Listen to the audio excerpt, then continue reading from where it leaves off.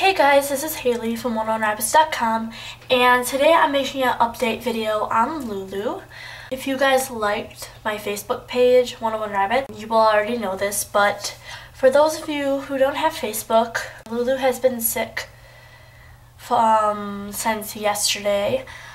About 1 o'clock, I noticed her acting weird, and she was hiding in her maze haven, which is what she's sitting on right now. And she wouldn't come out, and I started cleaning her cage. She started like freaking out and getting all scared, which is normal when I'm vacuuming, but it was just, I knew something was wrong. So then when I was done cleaning and everything, I rearranged the cage a little, and normally she'd go in and explore, but this time she just went in the cage and just huddled in her maze haven again, like she is now. I did the treat test, which is where you just give them a treat, and if they take it, then most likely they're okay. But she did not take it. She didn't even really smell it. She didn't want it at all. So I immediately knew she had stasis. So I took her out of her cage, did a belly massage, which is where you massage their belly, because if it's gas, you want to try to get all those bubbles broken up and get that out of their digestive system. And then I gave her some simethicone, which is baby gas medicine. So yeah, the stomach massages, while I was massaging her, there was this really loud gurgling in her stomach, which is not normal with rabbits. Their digestive system is always normally gurgling a few times every minute, but it's not normal for you to be able to hear it unless your head is up to their stomach. And these were really loud, and I could tell they were painful for her because every time she would have them, she would jerk her head up. So yeah, when I put her in the cage, she would just sit uncomfortably like she is right now, this is what they call loafing. Some rabbits sleep like this. Lulu sometimes sleep like this even when she's not sick. But the way she was sitting, I could just tell. She kept on rearranging and shifting her weight, trying to get the pressure off of her stomach. So then she tried to lay her stomach out flat. That's what they do when their stomach's in pain. So yeah, I knew she was in pain a lot. So after 3 times of stomach massages, or unless it was 2 times, I can't remember, stomach massages and simethicone, I called the vet, because by that point she had been eating for like 4 or 5 hours. And I called the vet, and they said that they would have a technician call me back to see how they can help me get her through this. But 2 hours went by and they did not call.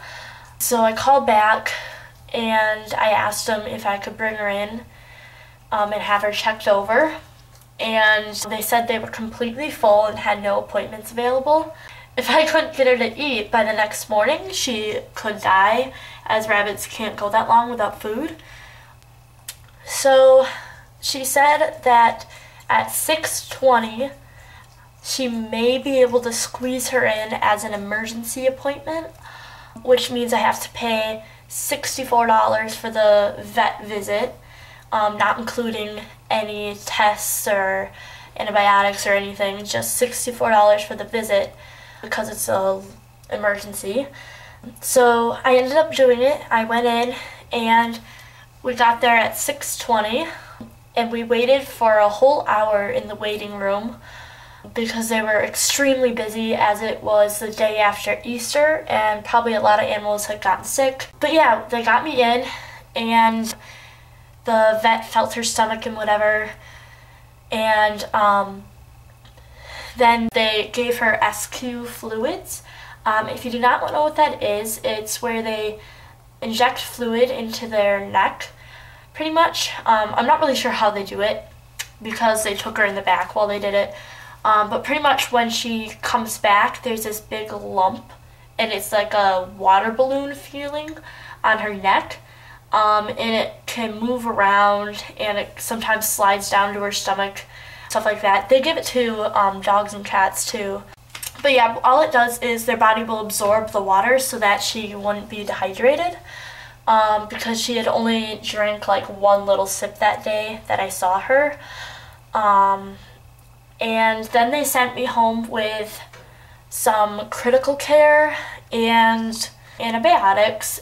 So I'm gonna go ahead and show you all of those. So right here is everything that the vet prescribed for Lulu. So first is her antibiotic, and you have to shake it really well before you give it to her. And this is given twice a day, once every 12 hours. And I give her 1 ml in the syringe, which is this much, right where the black stops. And then this is I'm not really sure like what it's called, but pretty much what it does is helps her gut get moving. So it helps move her digestive system along pretty much. And this is given it's given 3 times a day, every 8 hours, and I give her the same amount, 1 ml, but I give it I give it 3 times a day. Then this was not prescribed by the vet, but this is what I used on Lulu before we were able to get her into the vet. So if she had gas, it would help try to get the gas bubbles out pretty much. So yeah, I'm not using this anymore since I have like this medicine, but this is what I was using before. And pretty much it's called simethicone gas relief drops for babies. So yeah. Next is this critical care. Most of you guys have heard of critical care if you've had rabbits for a while. This is actually Emerade herbivore stuff. This isn't the normal critical care you would get from your vet, but it does the same exact thing as let me see if I can zoom in a little more. Right there, if you see under Emerade, it says critical care. So it's the same thing, just a little different. And the reason I have this instead of critical care is because when I went to the vet, right before me, this big turtle had to be on a feeding tube, and they used all their critical care. So of course the turtle was probably in worse condition, so it's okay. And this stuff does the exact same thing. So inside it's just this powder looking thing, and it has a scoop in it, and it has a little scoop and a big scoop. I normally do, it says to use 4 little scoops of the little scoops and mix it with warm water until it's a consistency of a little thinner than pudding. But I find that that's not enough, so I always have to make more. So yeah, this is given 3 times a day, and she gets 72 mLs, which is a lot. If I can get this syringe to work, I will show you. Okay, so this is the syringe for the critical care, and it's all the way to the 2. They don't have any lines or anything, but the vet told me this much is about, I'm not sure how many mLs, but she told me to feed 6 of these. So I have to fill it up this full 6 times and give them to her of critical care. It's really hard to give it to her. She hates it. She spits it out. It gerbils all over. Not to mention it does not smell good. So I did not like it on my hands. But so yeah, we're gonna try to mix it with apple juice next time to make it taste better. Which is why I have this out here. But if I forgot to mention, I have to feed this 3 times a day. I think I already said that though. So 3 times a day, 6 syringes. So yeah, and then 3 times a day, rotating with critical care, I have to give 72 mLs of water, which is the same amount, this much, 6 times of water. She takes the water better than the critical care, and this time we mixed the water with apple juice to help her want it more. She still is not drinking or eating on her own, so we're gonna have to continue doing all of this until she eats and drinks on her own. So pretty much our schedule is we get up in the morning, we give her her antibiotic, her gut mover thing, and then 72 mLs of water. And then 3 hours later, we give her 72 mLs of critical care. And then 3 hours later, we give her her gut mover and water. And then 3 hours later, we give her critical care, so on and so forth, until we did each one 3 times. And then right here, I have my other syringes. This is my critical care syringe, and then I have my water syringe, and then the other medication syringe in here. So yeah, that's what I have to do for Lulu. Pretty much, I don't think I could have done this if I'm not homeschooled, because I'm home all day and I can feed her every 3 hours like I'm supposed to. My mom helps me, but it's definitely a 2-person job. It's really hard to force feed her. So yeah, I'm going to quickly show you guys the bunny setup and Mocha. So this is the bunny setup right now. Lulu is on top of the 2x5 condo, and I have the 1 level of the Maze Haven in there for her because she seems to really enjoy that. I also have a little fleece down because when she peed on the floor and she got it all over her butt, and I had to give her a butt bath, and that was really stressful for her, so I wanted something to absorb the urine so that she didn't have to get another bath.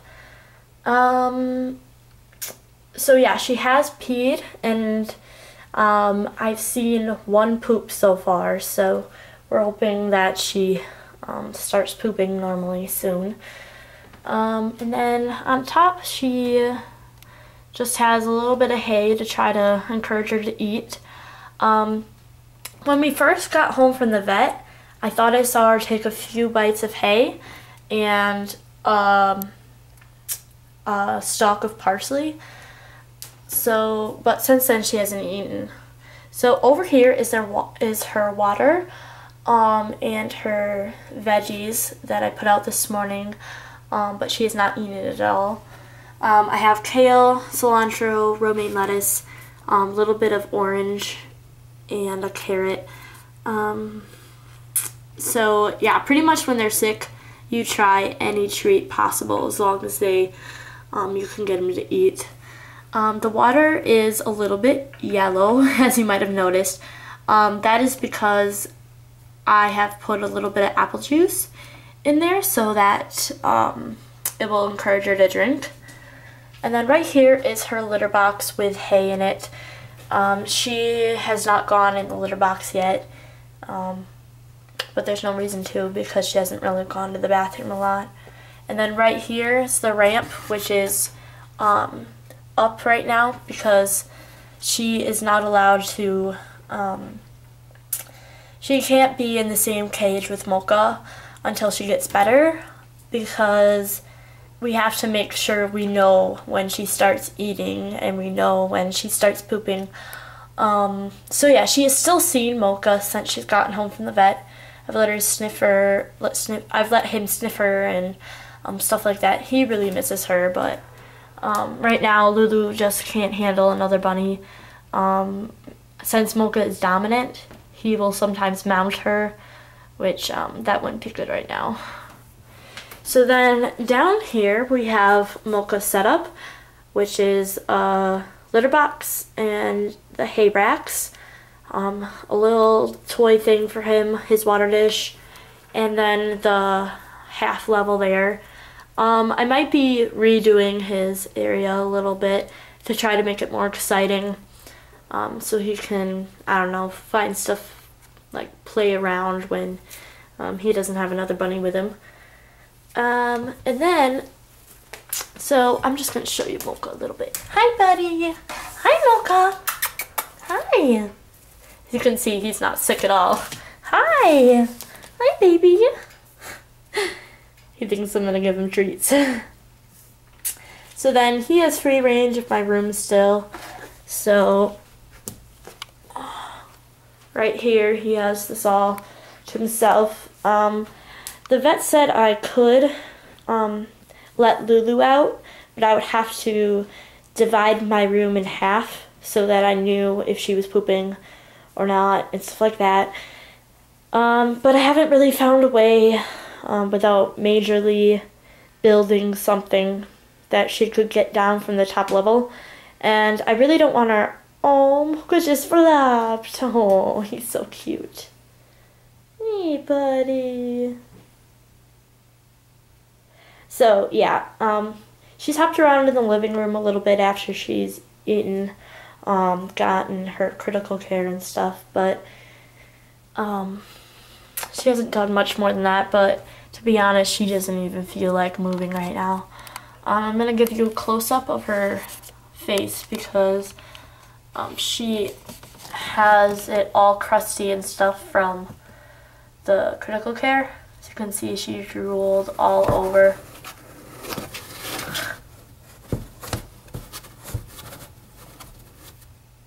As you can see, she's repositioning herself.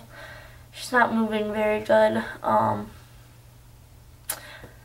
So yeah, the vet said to wait till Wednesday. If she's not any better, if she hasn't improved by Wednesday, we need to take her in because my vet does not work on Thursday. So if she went downhill, then there would be no vet. So yeah, that's pretty much it. I'm not sure if I'm gonna include force feeding in this video, like force feeding her, giving her water and her medication and stuff. I might just do a separate video for that.